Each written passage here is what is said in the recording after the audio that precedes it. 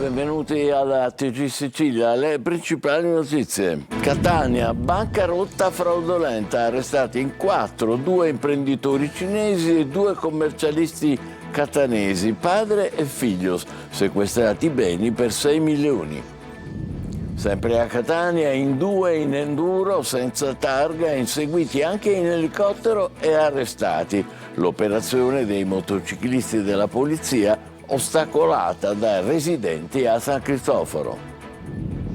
A Drano, maxi sequestro di armi, 4 arresti, trovati fucili, pistole e munizioni. A Gela ancora una rapina con spaccata, la terza nelle ultime 24 ore, svaligiata nella notte una trattoria nel cuore del centro storico. La guerra del dissalatore di Porto Empedocle, realizzato sulla spiaggia di Marinella, da mobile è diventato per decreto fisso e inamovibile. Gli ambientalisti contestano la scelta e presentano ricorso a Mattarella. B&B si cambia, no a letti ignifughi né televisori in camera o bagni separati nelle parti comuni. Il TAR di Palermo ha dato ragione all'Associazione dei piccoli proprietari e bocciato l'assessorato regionale al turismo. Diventare madre è ancora una sfida nel nuovo rapporto di Save the Children. Tra lavoro che scarseggia, servizi carenti e rinunce, le donne siciliane le più penalizzate. Ad Acireale il Guardastelle Teatro Festival con 7 compagnie di tutta Italia di scena fino a sabato, protagonisti giovani impegnati nell'inclusione sociale. Calcio, l'Inter Under 23 testerà a Veronello le ambizioni del Catania in vista dei play-off, in cui Toscano conterà su un Cicerelli sempre più centrale negli schemi e nella considerazione del gruppo.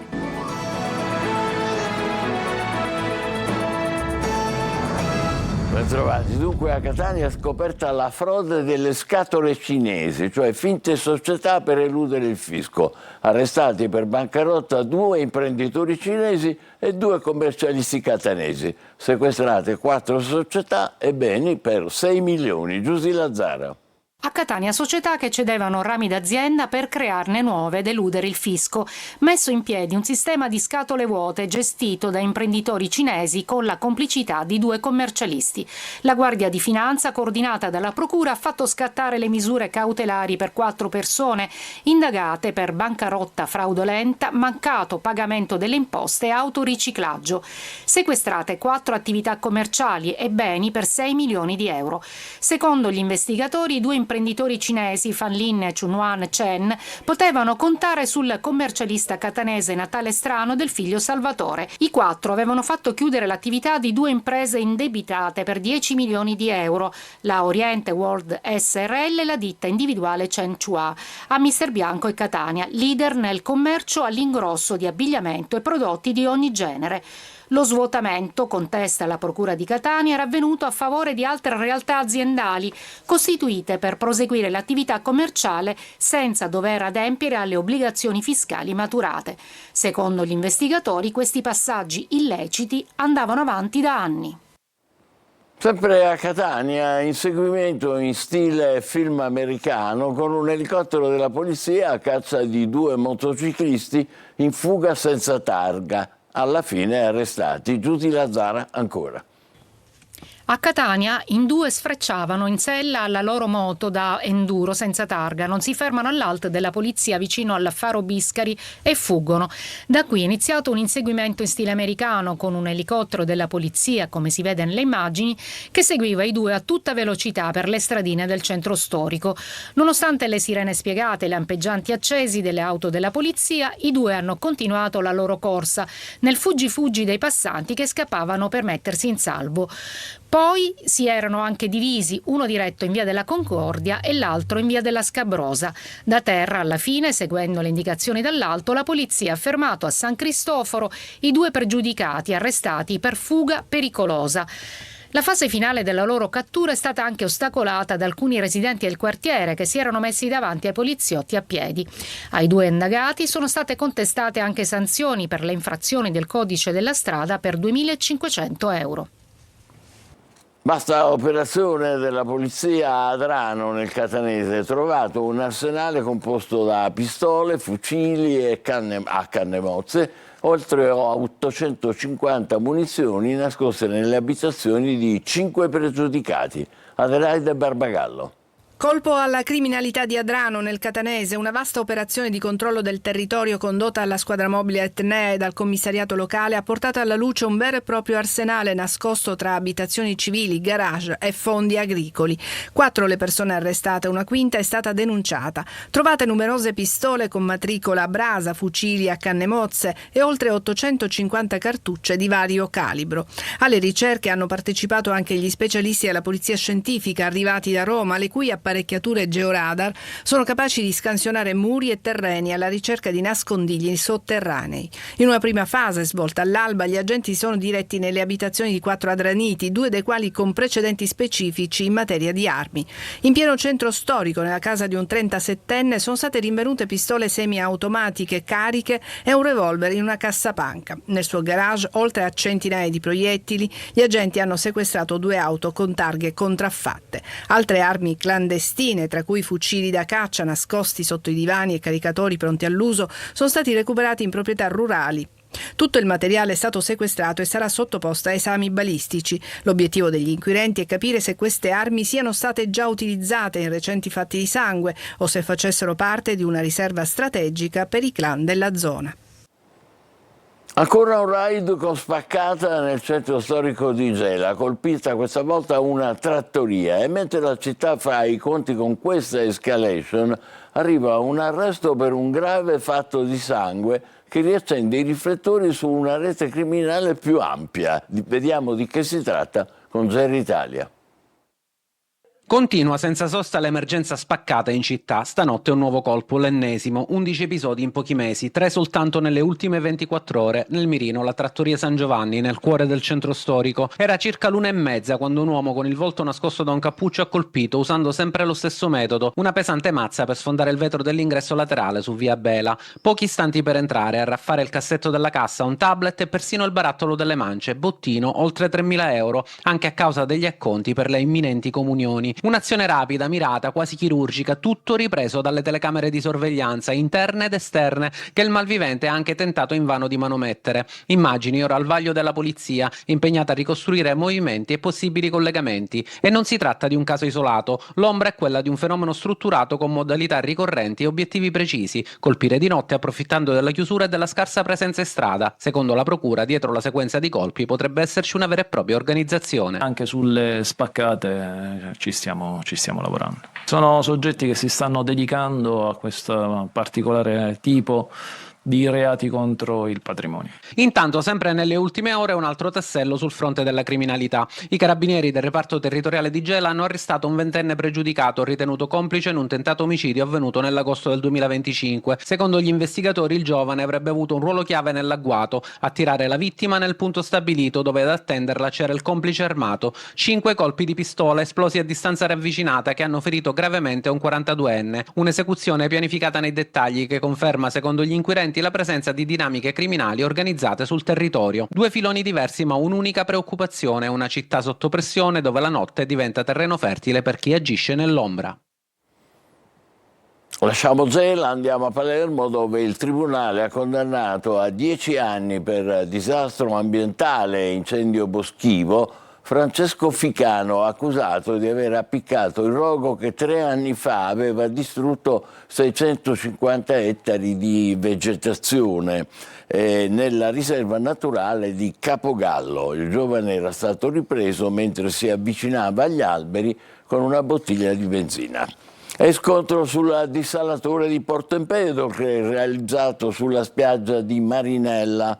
Il comitato Mare Nostrum ha presentato un ricorso straordinario al Presidente della Repubblica perché l'impianto, costato 30 milioni di euro, da mobile è diventato per decreto fisso e dunque inamovibile. Gli ambientalisti contestano questa scelta. Davide Sardo. Il caso del dissalatore di Porto Empedocle finisce sul tavolo del Presidente della Repubblica Sergio Mattarella. Il Comitato Mare Nostrum, insieme a WWF e Mare Amico, ha presentato un ricorso straordinario contro la collocazione dell'impianto. Doveva essere mobile, temporaneo, invece è diventato fisso, inamovibile, nell'ex area Enel a ridosso della spiaggia di Marinella. Una scelta contestata anche per il costo, 30 milioni di euro. Secondo il comitato esisteva un'alternativa nell'area industriale ritenuta più idonea e meno impattante sul turismo. Ci opponiamo soprattutto al decreto numero 42 successivo, di recente, di pochi mesi fa, in cui si stabiliva che il dissalatore mobile diventava fisso. Questo noi non lo possiamo accettare, è un atto di prepotenza che scavalca le volontà locali di Porto Empedocle, che vorrebbe destinare quest'area, anzi che ha già deciso in base alle direttive di destinare quest'area allo sviluppo culturale e turistico, così come dovrebbe essere. Nel mirino anche le dichiarazioni contrastanti delle istituzioni. Nel luglio 2025 l'ingegnere Sansone aveva indicato un'altra destinazione. A febbraio il sindaco Martello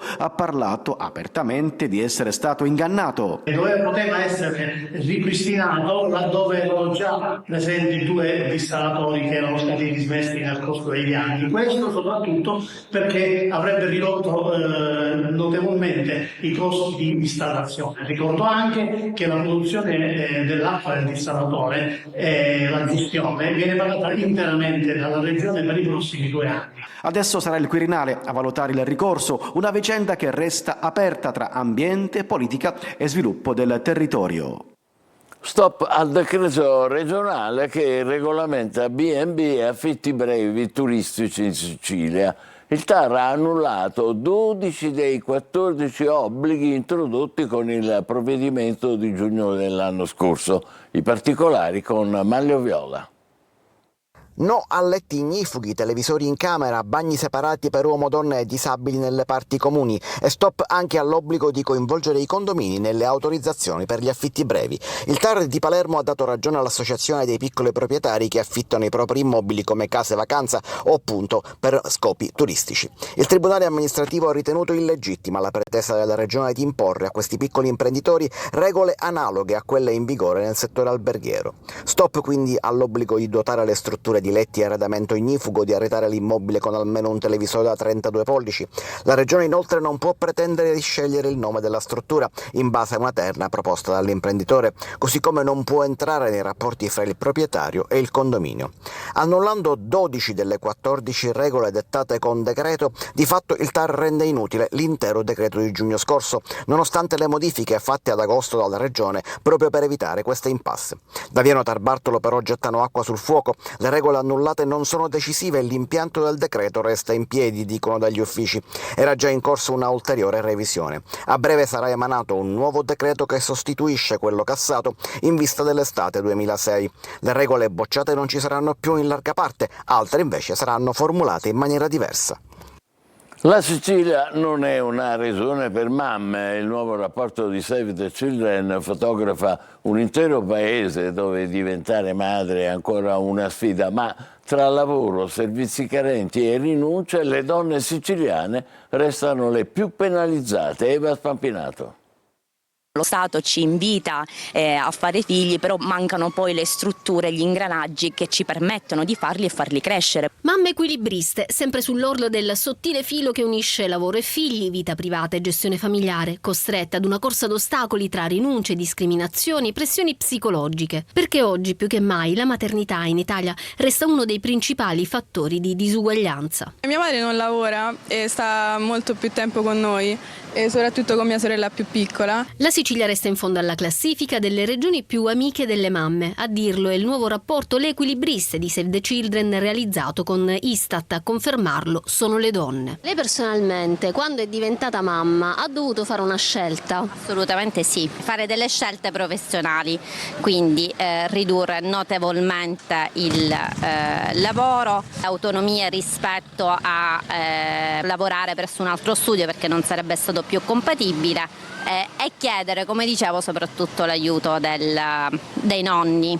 Ma il dato che colpisce di più è nazionale. Lavora poco più della metà delle madri con figli piccoli e per la prima volta la situazione peggiora in tutte le regioni. E infatti ce ne accorgiamo che le famiglie che non possono contare sui nonni, in realtà poi salta fuori il problema che c'è la richiesta di un part-time o c'è chi è costretta anche ad abbandonare il lavoro. Le mamme quando delegano il nido, la ludoteca, i nonni, lo fanno quasi esclusivamente per motivi di lavoro, ma non lo fanno invece per dedicarsi a loro stesse. Quando io e mia sorella eravamo piccole, inizialmente lavorava, poi ha smesso e dopo, quando diventeremo un po' più grandi, vorrebbe cominciare a fare un lavoro più stabilizzato.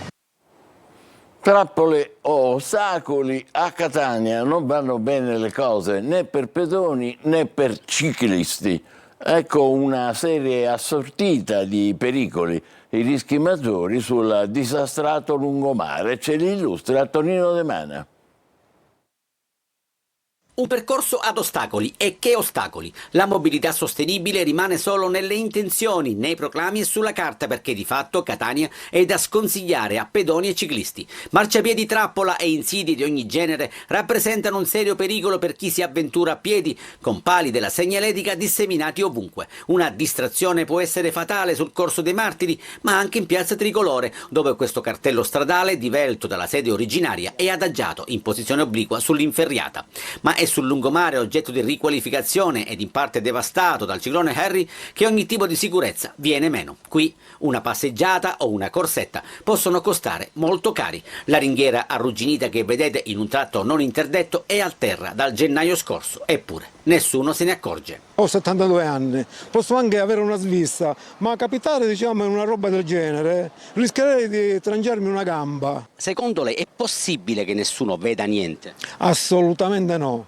Se il cittadino se ne accorge, se ne accorgerebbero anche le autorità. Sì, in effetti è molto rischioso. Preferisco passare un po' più distante. Se ne accorgono e li scansano gli ostacoli, per fortuna, questi due amanti dello sport, uno di corsa, l'altro in bici, con la pista ciclabile ristretta da questi blocchi di cemento bianco e rossi, eredità del ciclone Harry. Bisognerebbe togliere tutti questi ostacoli, sistemare le ringhiere. Ma qui non ci vorrebbe molto, basterebbe spostarli e liberare la sede della pista ciclabile. Ma perché non si fa? È quello che chiedo io al sindaco Tarantino, come mai? Non ci vuole niente, due operai vengono e le tolgono. Attraversare la strada è di per sé un pericolo, ma sul viale Africa si rischia di farsi male da soli, senza essere travolti dai mezzi in transito. Basta semplicemente mettere il piede nel posto sbagliato.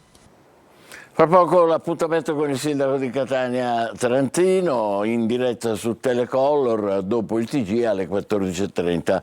Per le vostre domande, segnalazioni e lamentele scrivete al WhatsApp 342 74 55 005 o inviate una mail a sicilia24focus@telecolor.it.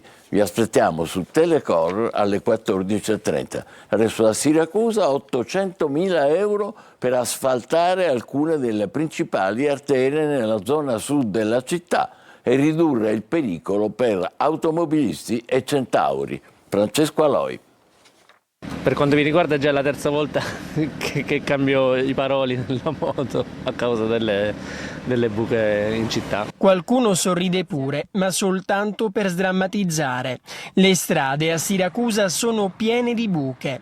Il comune però corre ai ripari e spende 800.000 euro. Spero che risolvano sicuramente le problematiche maggiori, perché non ci sono solo buche, ci sono anche dei tombini con delle scaffe di oltre 10 centimetri. La volta scorsa mi sono spaccato io una ruota per una scaffa che era enorme, quindi speriamo che sia la volta buona. Tra automobilisti e centauri c'è ottimismo.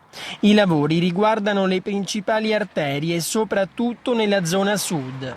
Si parte dal trafficato viale Paolo Orsi, per poi passare in via Lorina e Riviera Dionisio il Grande. Non si può pensare di spendere 6 milioni l'anno per le strade, almeno questo ci vorrebbe, quindi bisogna avere la pazienza, migliora il bilancio comunale. Attenzione anche alla viabilità. Per evitare congestioni del traffico, gli operai lavorano la notte. Le strade sono state senza manutenzione per decine di anni, da quando il bilancio del comune lo consente, quindi negli ultimi circa 8 anni, ribadisco, ogni anno abbiamo investito 1 milione, 1,5 milioni in nuove strade.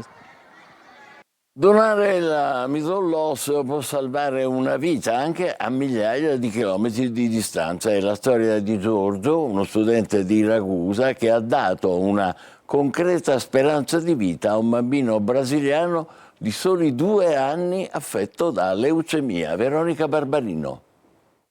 Donare è un atto d'amore che non conosce confini. È la storia di Giorgio, un giovane studente ragusano, di un bambino brasiliano di appena 2 anni affetto da leucemia e di una donazione salvavita di midollo osseo.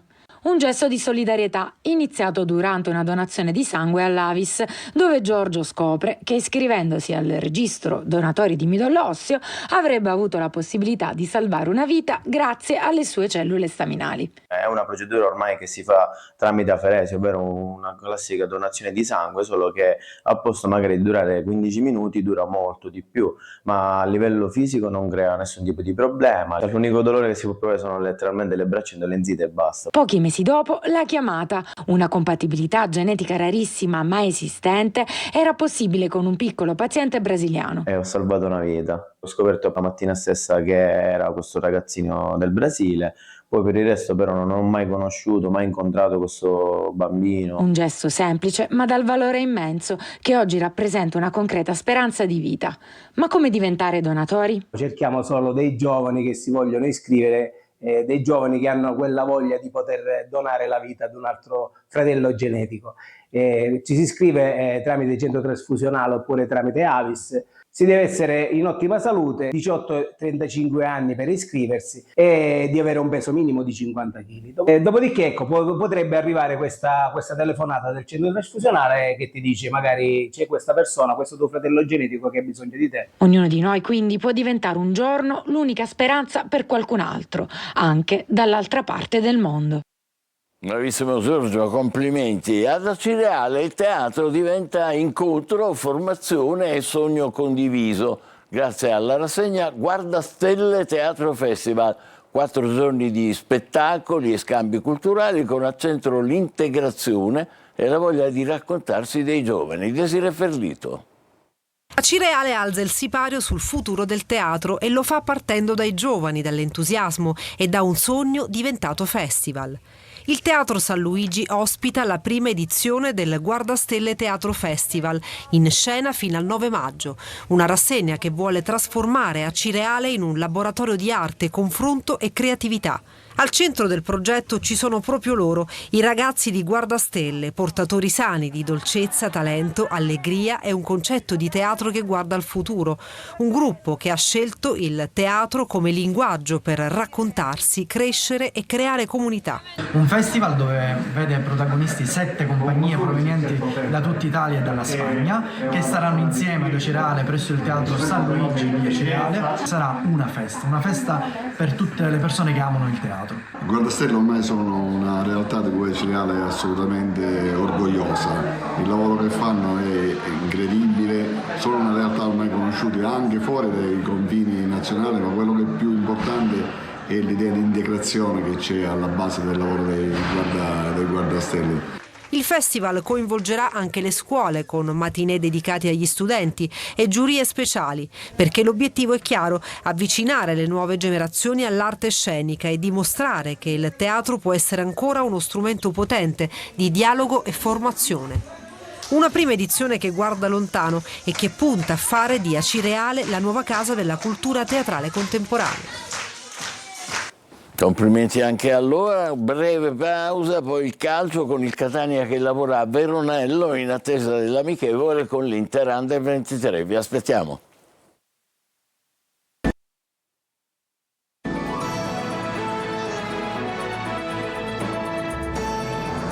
L'altro del Catania Veronello testerà con l'Inter Under 23 le proprie ambizioni in vista dei playoff, dove gli etnei si affideranno fra gli altri anche alla rinnovata centralità di Ciccerelli. Marco Carli. Il pieno inserimento degli infortunati da ritrovare senza rischi, ma anche con ottimismo in chiave playoff. E poi concetti diversi in attacco per risultare più incisivi in zona gol. Sono i primi due obiettivi, oltre quelli scontati della concentrazione del lavoro, del ritiro che il Catania sta svolgendo a Veronello.